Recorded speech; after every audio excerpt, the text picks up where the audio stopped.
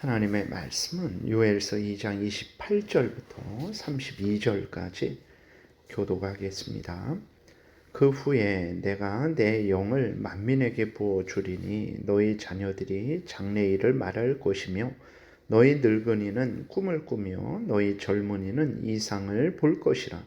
그때에 내가 또 내 영을 남종과 여종에게 부어줄 것이며 내가 이 적을 하늘과 땅에 베풀리니 곧 피와 불과 연기 기둥이라. 여호와의 크고 두려운 날이 이르기 전에 해가 어두워지고 달이 핏빛같이 변하려니와 누구든지 여호와의 이름을 부르는 자는 구원을 얻으리니 이는 나 여호와의 말대로 시온산과 예루살렘에서 피할 자가 있을 것이며 남은 자 중에 나 여호와의 부름을 받을 자가 있을 것임이니라. 아멘. 기도드리겠습니다. 하나님 아버지 감사합니다. 이 시간 하나님의 말씀을 전하고 듣습니다. 성령께서 역사하셔서 하나님의 뜻을 잘 깨달아 알게 도우시고 하나님이 알려주시는 대로 잘 믿고 따르는 우리 모두가 되게 도우소서. 하나님의 영광이 드러나고 이웃이 유익을 얻고 하나님의 크신 은혜 우리도 누리게 될 줄 믿습니다. 예수 그리스도의 이름으로 기도드렸습니다. 아멘. 28절에 그 후에 내가 내 영을 만민에게 부어주리니 너희 자녀들이 장래일을 말할 것이며 너희 늙은이는 꿈을 꾸며 너희 젊은이는 이상을 볼 것이며 하면서 쭉 기록이 되어 있습니다. 이 말씀의 첫 번째 의미는 이제 이스라엘 백성들을 향해서 하나님이 우리가 앞에서 살펴본 것처럼 엄한 경고를 하셨어요. 죄를 회개하고 돌이키지 않으면 심판의 날, 여호와의 날에 멸망당할 것이다 라는 것을 하나님이 경고하셨죠.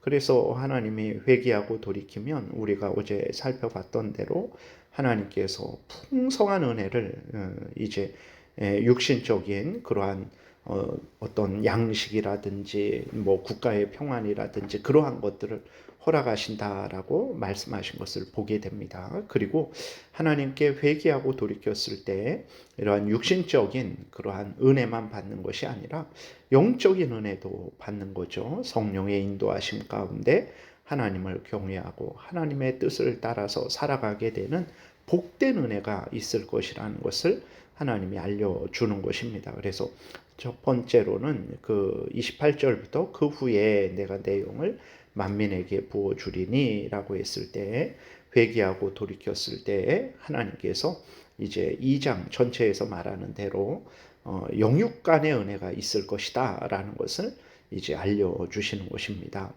오늘도 마찬가지죠. 오늘도 어떤 죄를 회개하고 돌이키게 되면 하나님께서 우리를 육신적으로도 영적으로도 하나님께서 복을 주시죠. 회복시켜 주십니다. 두 번째로 이 말의 의미는 28절부터 그 후에 내가 내 영을 만민에게 부어주리니 라고 이렇게 그 이후에 말씀들은 신약 시대에 이루어질 성령 강림하심을 말하는 거예요. 그러니까 요엘 시대는 예수님 오시기 전에 800년 전에 그러한 대략 그 정도 되는 것이니까 대략 800년 후에 일어날 일을 예언하는 것입니다. 그러니까 첫 번째로는 요엘 당시 회개하고 돌이켰을 때 하나님이 영육간의 은혜를 내려주신다라는 것을 알려주시는 것이고 그것을 통해서 800년 후에 정말 하나님께서 예수 그리스도를 통해서 구속 사역을 이루시고 그 예수 그리스도께서 부활 승천하신 후에 성령이 강림하셔서 성령을 통해서 정말 하나님의 모든 택한 백성들에게 예수 그리스도를 믿어 구원 얻게 하는 놀라운 구원의 역사. 그래서 누구든지 사람들이 이제 하나님을 경외하고 하나님을 알고 하나님의 말씀을 전하고 그 말씀대로 살아가는 복된 은혜가 있을 것이다 라는 것을 알려주는 것입니다. 그래서 28절 29절 다시 보게 되면 그 후에 내가 내 영을 만민에게 부어주리니 너희 자녀들이 장래일을 말할 것이며 너희 늙은이는 꿈을 꾸며 너희 젊은이는 이상을 볼 것이며 그때에 내가 또 내 영을 남종과 여종에게 부어 줄 것이며 라고 이렇게 기록이 되어 있어요. 내 영을 만민에게 부어준다. 구약시대에는 성령께서 역사하실 때 하나님의 말씀을 주실 때에도 일부 사람들만 사용하셨어요. 선지자, 제사장, 왕만 특별하게 사용을 하셨죠. 그러나 신약시대에는 구약시대와 달리 하나님께서 성령께서 모든 사람을 사용하십니다. 성령이 뜻하신 대로 구약시대에는 선지자, 제사장, 왕을 중심으로 해서 그렇게 역사하셨다면 신약시대에는 제사장, 선지자, 왕이 특별한 제사장, 선지자, 왕이 없어졌어요. 모든 하나님의 백성들이 예수 그리스도를 믿는 사람들이 그들이 제사장이요, 그들이 선지자요, 그들이 이 하나님의 참된 왕이죠. 그래서 구약 시대에는 그렇게 선지자, 제사장, 그러한 왕만 위주로 특별히 사용을 하셨는데 신약 시대에는 그렇지 않다라는 거죠. 모든 사람들을 성령께서 사용하시는 거예요. 모든 사람들이 선지자, 제사장, 왕으로서 하나님의 일꾼으로서 그 모든 일을 행하는 것이고, 그리고 또 이제 그 은혜를 누리게 되는 거죠. 12사도들도 12제자들도 선지자가 아닙니다. 제사장이 아니에요. 왕이 아니에요. 그런데도 하나님께서 그들을 사용하시는 거죠. 레위 사람들이 아닙니다. 그런데도 유다 사람들도 아니에요. 그런데도 성령께서 그들을 통해서 이제 역사하셨죠. 오늘 우리들도 이스라엘 백성들이 아니죠. 그런데도 성령께서 우리를 사용을 하시는 거죠. 그러니까 말씀대로 내 영을 만민에게, 다시 말해서 구약시대에는 특별히 선지자나 제사장, 왕을 통해서 그들에게 성령이 부어졌죠. 역사하셨습니다. 그러나 이제는 아버지나 아들이나 젊은이나 늙은이나 남종이나 여종이나 유대인이나 이방인이나 성령께서 모든 사람들을 사용하셔서 구원의 역사를 이루어 가신다라는 것을 알려주시는 것입니다. 두 번째로 이 의미는 자녀들이 장래일을 말하고 늙은이가 꿈을 꾸고 젊은이가 이상을 본다라는 것은 오늘날 이것을 어떻게 해석합니까? 이렇게 신비 체험을 해갖고 미래를 맞추는 예언을 한다. 천국을 보고 지옥을 보고 하나님을 보는 환상을 본다. 방언을 말한다. 여러 가지 그러한 신비주의적으로 신비 체험을 하는 것으로 해석을 합니다. 그러나 이 말의 참된 의미는 남녀노소, 빈부, 귀천 상관없이, 그러니까 구약 때에는 선지자나 제사장이나 그 왕을 통해서 왕을 위주로 특별히 역사를 했으면 신약 때에는 그런 거 없이 누구든지 남녀노소, 빈부, 귀천 상관없이 모든 사람들이 성령의 역사에 의해서 하나님의 말씀을 아는 거죠. 그래서 그 하나님의 어떤 분인지 알고 하나님의 뜻이 무엇인지 알고 그 하나님의 뜻을 전하고 듣고 그 말씀대로 소망하며 살아간다라는 것을 의미하는 것입니다. 그런데 이 말씀을 자꾸 오늘날 방언을 할 수 있다, 누구나 방언을 할 수 있다, 신비한 환상을 볼 수 있다, 신비한 꿈을 꿀 수 있다, 신비 체험을 하게 된다, 이것을 이야기하고 있는 거예요. 성령이 이 땅에 오신 것이 우리로 하여금 신비 체험을 하게 하고 신비한 경험을 하게 하는 게 아닙니다. 성령께서는 예수 그리스도가 누구신지, 예수 그리스도를 알게 하고 예수 그리스도를 믿게 하고 예수 그리스도를 따르게 하는 그 역사를 하는 것이지, 성령이 하는 일이 어떤 신비한 체험을 하게 하는 것이 아닌데 자꾸 그쪽으로 바꾸어 버리는 거죠. 그러면 성도들 중에 신비한 체험을 몇 번이나 했습니까? 몇 명이나 했습니까?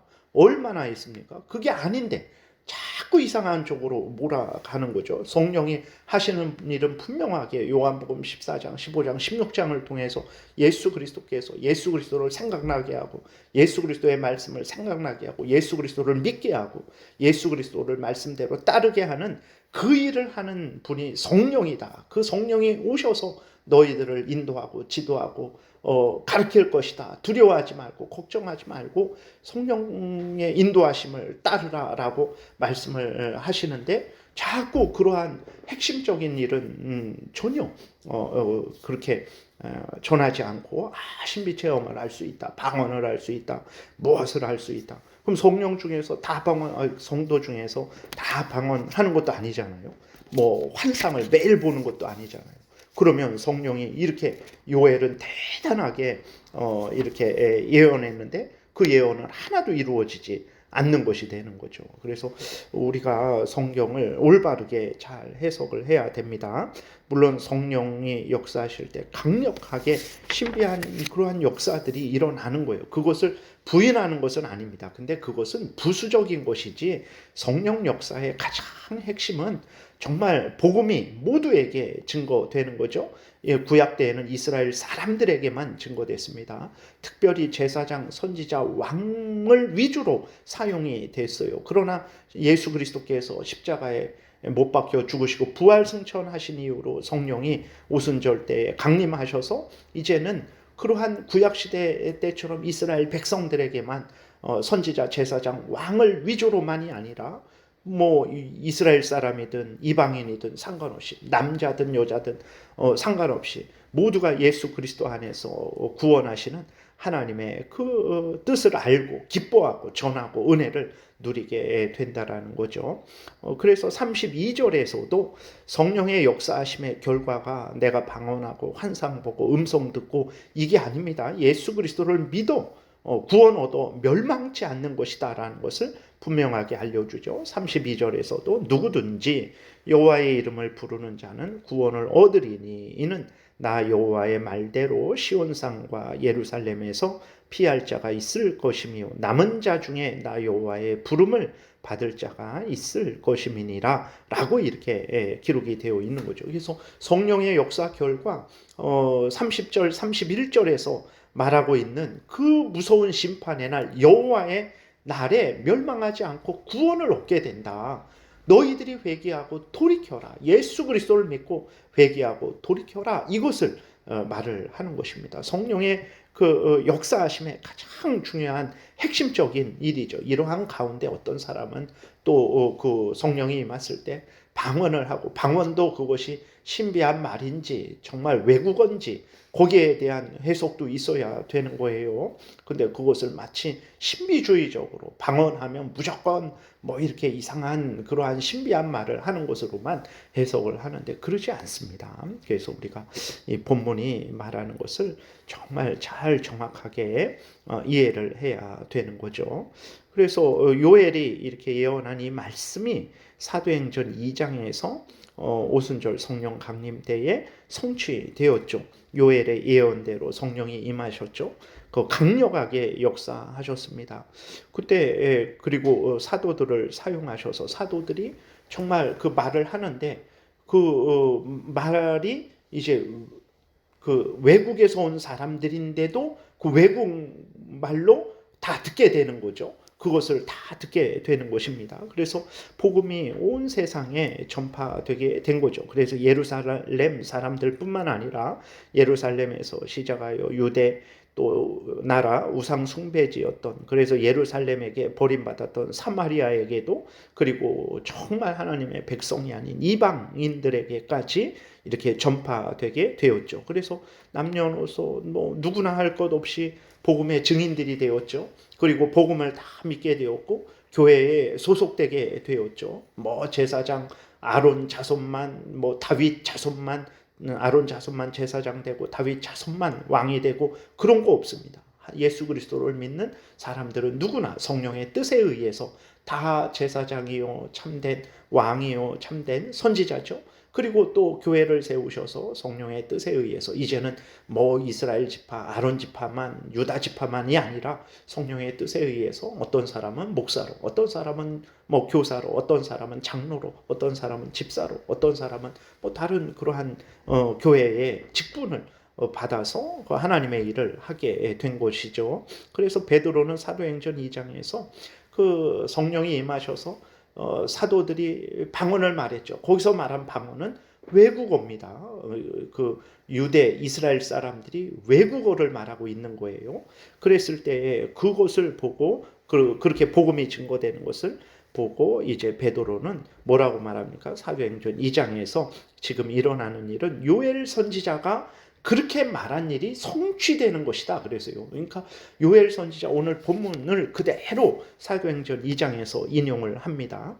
그래서 정말 오늘 본문 읽은 이 요엘서 2장 28절부터 이 말씀은 다른 의미가 아니고 앞에서 반복해서 말씀드린 것처럼 예수 그리스도가 이 땅에 오시고 부활 승천하신 후에 성령이 임하셔서 그 예수 그리스도께서 이 땅에서 이루신 그 구속 사역을 하나님의 택한 백성들에게 증거하시고 믿게 하시고 그들로 회개하고 돌이키게 하시고 하나님을 경외하며 살아가게 하는 그 내용이라는 것을 우리가 잊지 말아야 되는 것입니다. 그래서 28절, 29절에 있는 내용들이 다른 것이 아니고 예수 그리스도를 믿어서 하나님을 알고 하나님의 뜻을 알고 하나님의 뜻을 전하고 하나님의 뜻대로 살아가는 이 모습을 말한 것이지, 우리 예를 들어서 그럼 우리 자녀들 중에 신비 체험하는 애들이 얼마나 많고 방언하는 애들이 얼마나 많고 그러겠습니까? 그러니까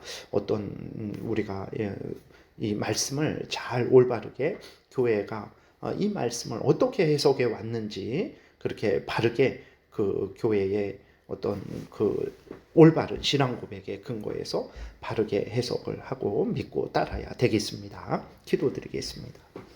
살아계신 하나님 아버지 감사합니다. 정말 예언하신 대로 예수 그리스도께서 구속사역을 성취하시고 예언하신 대로 또 성령께서 오셔서 그 예수 그리스도의 구속사역을 적용하여 주시고 또 믿고 변화되어 하나님을 사랑하고 의지하고 하나님 뜻 따라 살아가는 하나님의 백성으로 만들어 주시니 감사합니다. 우리가 받은 이 은혜, 하나님 예수 그리스도를 믿고 하나님의 자녀되어 하나님 성경 말씀을 따라 살아가는 이 은혜가 바로 요엘 선지자가 예언한 은혜라는 것을 분명히 기억하고 감사하고 기뻐하며 항상 하나님의 뜻을 따라 열심히 살아가는 우리 모두가 되게 도우소서. 예수 그리스도의 이름으로 기도드렸습니다. 아멘. 하늘에 계신 우리 아버지요, 이름이 거룩히 여김을 받으시오며 나라의 임하옵시며 뜻이 하늘에서 이루어진 것 같이 땅에서도 이루어지이다. 오늘날 우리에게 일용할 양식을 주옵시고 우리가 우리에게 죄 지은 자를 사하여 준 것 같이 우리의 죄를 사하여 주옵시고 우리를 시험에 들게 하지 마옵시고 다만 악에서 구하옵소서. 대개 나라와 권세와 영광이 아버지께 영원히 있사옵나이다. 아멘. 지금은 우리 구주 예수 그리스도의 은혜와 하나님 아버지의 크신 사랑과 성령의 교통하심이 하나님께서 요엘을 통해서 예언하신 대로 우리를 구원하시고 하나님의 자녀로서 참으로 진정 신비한 이 신앙생활을 하게 하신 것을 감사하며 기뻐하며 하나님께 영광을 돌리며 전하는 복된 신앙생활하고자 은혜 구하며 돌아가는 하나님의 택한 백성들 머리 위에 지금부터 영원토록 함께 있을지어다. 아멘.